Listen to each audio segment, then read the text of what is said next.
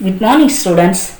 In the last class, we have seen about preamble, citizenship, acquisition of citizenship, and loss of citizenship.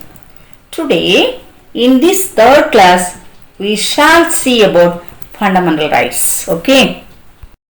The fundamental rights are enshrined in Part 3 of the Constitution from Articles 12 to 35. The Constitution of Articles 12 to 35. Then, in this regard, the framers of the Constitution derived inspiration from the Constitution of USA. Understand? Originally, the Constitution provided 7 fundamental rights. At present, there are only 6 fundamental rights. Originally, the Constitution provided 7 fundamental rights. At present, there are only 6 fundamental rights. Part 3 of the Constitution is described as the Magna Carta of India. Some of the fundamental rights are available only to Indian citizens. Some of the fundamental rights are available only to Indian citizens. Understand, ma? The 6 fundamental rights are right to equality, right to freedom, right against exploitation, right to religion, cultural and educational rights, right to constitutional remedies. Once more I will repeat it. Right to equality, right to freedom, right against exploitation, right to religion, cultural and educational rights, right to constitutional remedies. All clear? First, right to equality. Article 14, equality before law. What is Article 14? Equality before law. Article 15, prohibition of discrimination on grounds of religion, race, caste, sex or place of birth. What is Article 15? Prohibition of discrimination on grounds of religion, race, caste, sex or place of birth. Okay. Article 16, equality of opportunity in matters of public employment. What is Article 16? Equality of opportunity in matters of public employment. Article 17, abolition of untouchability. Article 17, abolition of untouchability. Article 18, abolition of titles except military and academic. Abolition of titles except military and academic. Next, right to freedom. Article 19, freedom of speech and expression, assembly, association, movement, residence and profession. Article 19, freedom of speech and expression, assembly, association, movement, residence and profession. Article 20, protection in respect of conviction for offences. Protection in respect of conviction for offences. Understand? Article 21, protection in life and personal liberty. Article 21, protection in life and personal liberty. Article 21A, right to elementary education. Right to elementary education. Article 22, protection against arrest and detention in certain cases. Detention means taken in custody. Detention means taken in custody. All of you understand? Next, right against exploitation. Article 23, prohibition of traffic in human beings and forced labor. Prohibition of traffic in human beings and forced labor. Article 24, prohibition of employment of children in factories, etc.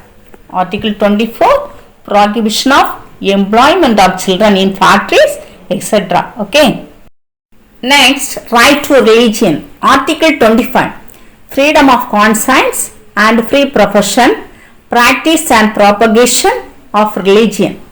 Article 26, freedom to manage religious affairs. Freedom to manage religious affairs. Article 27, freedom from payment of taxes for promotion of any religion. Freedom from payment of taxes for promotion of any religion. Article 28, freedom from attending religious instruction or worship in certain educational institutions. Understand? Next, cultural and educational rights. Article 29, protection of language, script and cultural of minorities. Protection of language, script and cultural of minorities. Article 30, right of minorities to establish and administer educational institutions. Understand? Next topic is right to constitutional remedies. Article 32, it allows individuals to seek redressal for the violation of their fundamental rights. What's the meaning of redressal? Redressal means remedy. Okay. Right to constitutional remedies. Articles 32. A writ is an order or command issued by a court in writing under its seal. What is a writ? A writ is an order or command issued by a court in writing under its seal. Okay. Then it is in the nature of a command or prohibition from performing certain acts that are specified in the order of the court. Specified in the order of the court. Okay. Both the Supreme Court and the High Courts are empowered to issue 5 kinds of writs.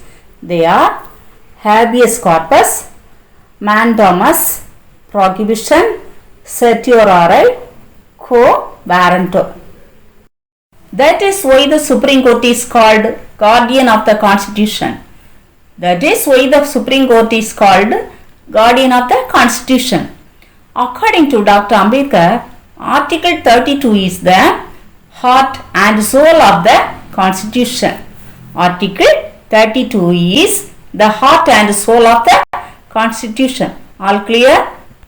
Habeas corpus safeguards people from illegal arrest. What is habeas corpus? Safeguards people from illegal arrest.